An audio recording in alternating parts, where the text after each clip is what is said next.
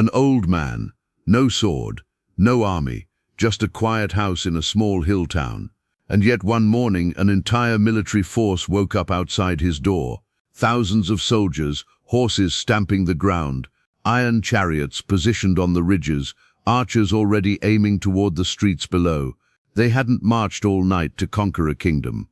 They came for one man. When the sun began to rise over the hills of Dothan around 850 BC, the situation looked impossible. A tiny unwalled city surrounded before anyone even finished their morning bread.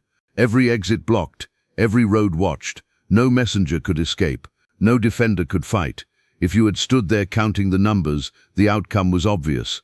But numbers were the one thing that didn't matter that morning, because what surrounded that city was not the only army on the mountain. To understand why the king of Syria sent an entire force to capture a single prophet, you have to rewind to a problem that was slowly driving him insane. War between Israel and Syria had become a shadow war. Not grand battles, not huge fields of soldiers colliding. Ambushes, surprise attacks, quick strikes in narrow valleys where one wrong turn could destroy an entire army. The Syrian king Ben-Hadad was a seasoned commander. His military had one of the most feared reputations in the region. Their chariots were fast and brutal, designed to break infantry lines. Their archers could hit targets at distances most soldiers couldn't even see clearly. Their troops had already taken cities that were supposed to be impossible to conquer. This kind of war normally favors the stronger military, and Syria was stronger, so the king designed a simple plan: ambush the Israelites again and again until they collapse. Choose a narrow road between hills, hide troops behind rock formations, wait for the enemy to walk straight into the trap. Ancient warfare depended on surprise, and Ben-Hadad was very good at it. The first ambush was prepared perfectly. The location was ideal, the troops were hidden, everything was ready, and then something strange happened. The Israelite army never came. They took another route. At first it looked like coincidence, but then it happened again. Another ambush site chosen, another perfect trap, another empty road. Weeks passed like this. Every strategy failed. Every secret plan somehow became useless before it even started. The Syrian king began asking questions. How did they know? No scouts had been spotted. No spies were caught. No messengers intercepted. Yet somehow the Israelites avoided every single trap. Military leaders know something terrifying. If your enemy knows your plans before you execute them, the war is already lost. That realization began spreading through the Syrian command like poison. Suspicion, paranoia. The king called his officers together. These were not ordinary soldiers. These were the men who sat in war councils, the ones who heard confidential strategies, the men trusted with the kingdom's most sensitive information, and the king looked at them with anger. One of you is betraying me. In that era, accusations like that ended lives. Espionage meant execution. No court, no second chance. The room went silent. Generals glanced at one another, measuring reactions, wondering who might be accused next. Finally, one officer stepped forward. His answer changed the entire situation. "My lord, there is no traitor." The king didn't like that answer, but the officer continued, "The problem is not inside this room. It is in Israel." He explained something that sounded impossible. There was a prophet named Elisha, and according to reports, this man somehow knew the king's plans even before they were carried out. Not through spies, not through scouts, but through divine revelation. The officer said something almost unbelievable. "He knows what you say in your bedroom." Imagine hearing that as a king. Every secret discussion, every quiet conversation, every strategy whispered in private, all somehow known by the enemy. Suddenly the failed ambushes made sense. Not bad luck, not coincidence. The war had an invisible observer, and swords could not defeat that. Ben-Hadad's frustration turned into a new objective. If the problem was one man, remove the man. He didn't care about prophecies. He cared about results, and the result was clear. As long as Elisha remained free, every military operation would fail. So the mission changed. Forget the army of Israel. Find the prophet. Spies were sent across the region. Informants questioned travelers. Messengers moved between villages, gathering rumors. The answer arrived quickly. Elisha was in a town called Dothan. Dothan wasn't impressive. It wasn't heavily fortified. No giant defensive walls. No major garrison. Just a modest settlement among rolling hills north of Samaria. Easy to surround, easy to control. But the king didn't underestimate this mission. If this prophet truly knew secret conversations before they happened, any mistake could ruin the operation. So he sent overwhelming force, horses, chariots, infantry, an entire military detachment mobilized to capture one elderly man. The march began after dark. Night travel was common for armies. Cooler temperatures for the horses, less chance of detection, and most importantly, arrival before sunrise. Torches were kept low as soldiers crossed valleys and climbed the hills surrounding Dothan. Orders were whispered, metal armor muted with cloth to prevent noise. By the time the first faint light touched the sky, the operation was complete. The city was surrounded, chariots positioned on the roads, cavalry covering escape routes, archers watching the streets, infantry closing every gap. Inside the town, people were still sleeping. They had no idea the most powerful army in the region had arrived during the night, and inside one ordinary house, the man they came for was still resting. The first person to see the reality of the situation wasn't the prophet. It was his servant. He opened the door like any other morning, maybe to collect water, maybe to check the sky, maybe just beginning the day. At first his eyes struggled with the dim light of dawn. Then the shapes on the hills became clear. Horses, dozens of them, then hundreds, metal helmets reflecting the sunrise, spears lined up like a forest of iron, chariots positioned in perfect military formation. The hills around Dothan were completely filled. This wasn't a patrol, this was a siege, and suddenly the servant understood something terrifying. They were not here for the city, they were here for the prophet. His breathing changed instantly, heart pounding, mind racing, every road blocked, every hill occupied. There was nowhere to run. He rushed back inside, nearly stumbling through the doorway. His voice carried panic that words could barely contain. "My master, what are we going to do?"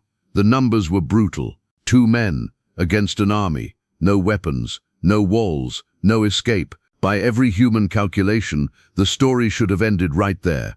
But Elisha didn't react like a man facing certain capture. He didn't rush to the window. He didn't panic.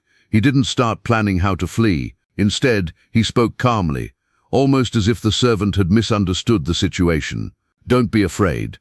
Then he said something that made absolutely no sense.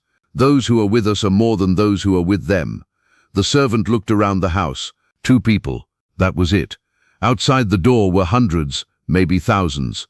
The math was obvious, unless there was something he couldn't see. And that is when the prophet prayed. Not for escape, not for victory, not even for protection. Just one sentence. "Lord, open his eyes." And in that moment, the morning at Dothan changed forever. For a moment, nothing seemed different. The same hills, the same morning light, the same army waiting outside the city. But then the servant's vision shifted in a way he could never forget for the rest of his life. It wasn't the Syrian army that changed. It was the mountain. What had looked empty only seconds earlier was suddenly full, not with dust, not with shadows, but with movement. Rows upon rows stretching across the ridges, horses, but not like any horses he had ever seen. Their bodies glowed like burning metal fresh from a furnace. Light pulsed through them like fire moving beneath their skin. Their breath looked like sparks in the air, and beside them stood chariots. Not wood, not iron, flame, structures of blazing light shaped like war chariots, but alive with energy, flickering like controlled lightning. They weren't scattered randomly across the hills. They were organized, disciplined, positioned like a perfectly prepared army waiting for a command. The servant's mind struggled to process what his eyes were seeing. Moments earlier, he thought the city was surrounded by the most dangerous military force in the region. Now he realized something far more shocking. The Syrian army wasn't the one doing the surrounding. They were the ones surrounded. Every hill overlooking Dothan was filled with this celestial force. The fiery horses stood shoulder to shoulder along the ridges. The chariots formed lines like divisions, ready for battle. And one detail stood out immediately. This army was not inside the city protecting Elisha's house.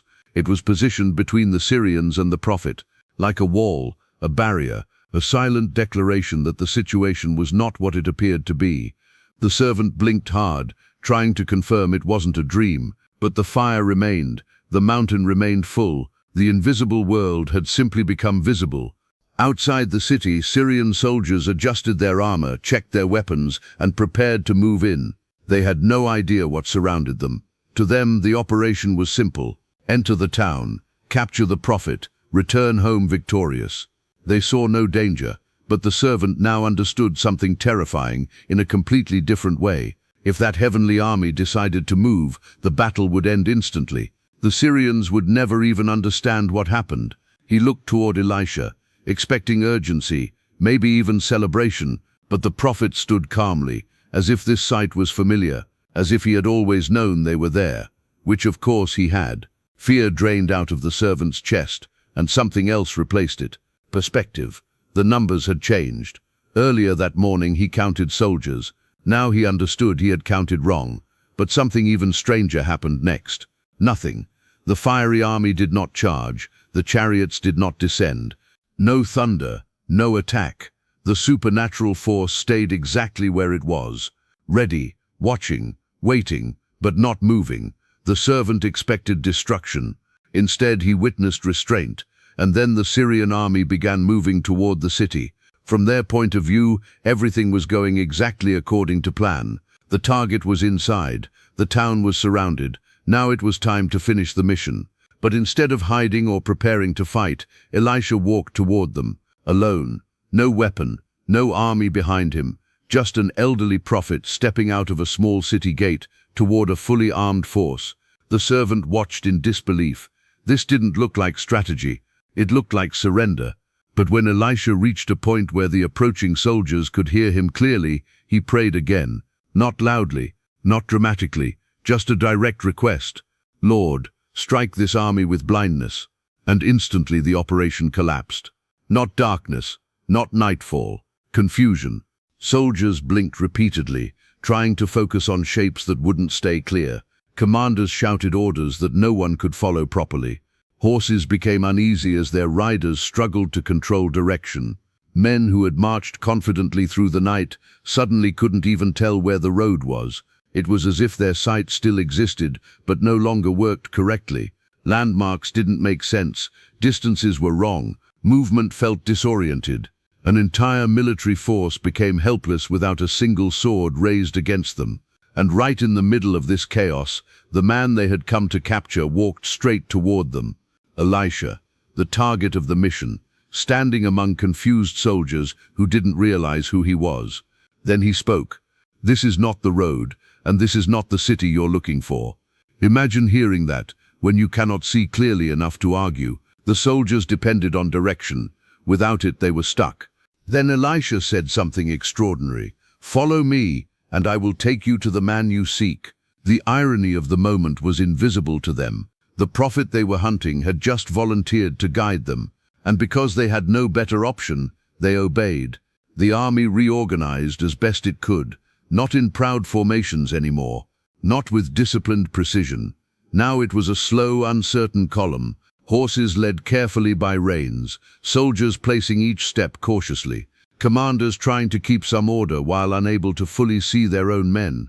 The most feared army in the region had been reduced to something almost helpless, and they followed the voice of the prophet, down the hills, through narrow paths, across the countryside, step by step, mile after mile, none of them realizing the direction they were actually traveling. The servant walked behind this unbelievable scene, trying to process what he was witnessing.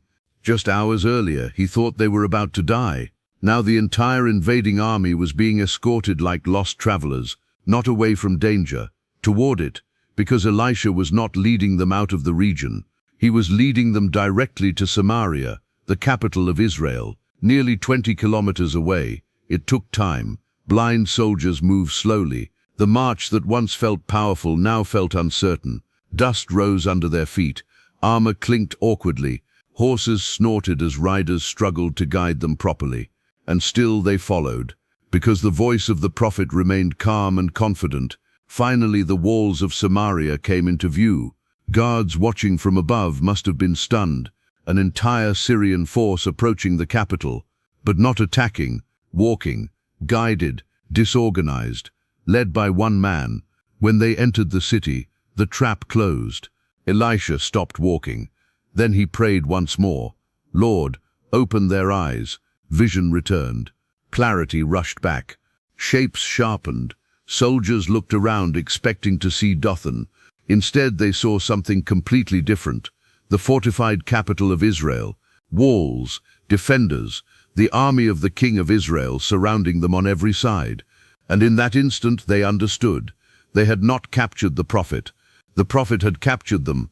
Silence spread through the streets of Samaria like a shockwave. Moments earlier, the Syrian soldiers believed they were closing in on a defenseless town. Now their sight had returned, and they were standing inside the capital of their enemy. Walls behind them, gates guarded, Israeli soldiers watching from every direction. The realization moved through the ranks slowly, like a man waking from a dream that suddenly turns into a nightmare. They had marched all night to capture one prophet. Now the entire army was trapped. Some reached for weapons instinctively. Others looked to their commanders, but there was nowhere to go. And standing in the middle of it all was the same calm figure who had led them there.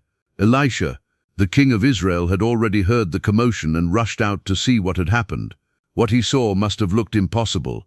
An entire Syrian detachment standing confused inside his capital, delivered to him without a battle, without blood, without resistance. The opportunity was obvious. Years of raids, years of tension, years of Syrian ambushes and attacks. Now their soldiers stood vulnerable in the heart of Israel. The king turned to the prophet with excitement barely contained in his voice. "My father, shall I strike them down?" He asked it twice, as if repeating it would make the moment real. "Shall I strike them down?" Any general in that era would have given the same order immediately. This was not just victory. It was strategic destruction of an enemy force, a chance to weaken Syria permanently.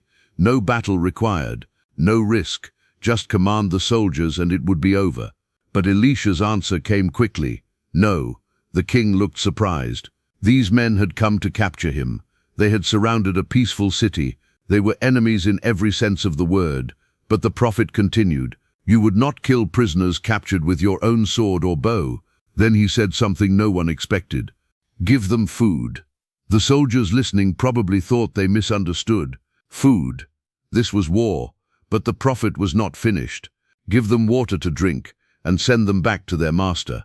For a moment the street remained quiet. The king had expected instructions for victory.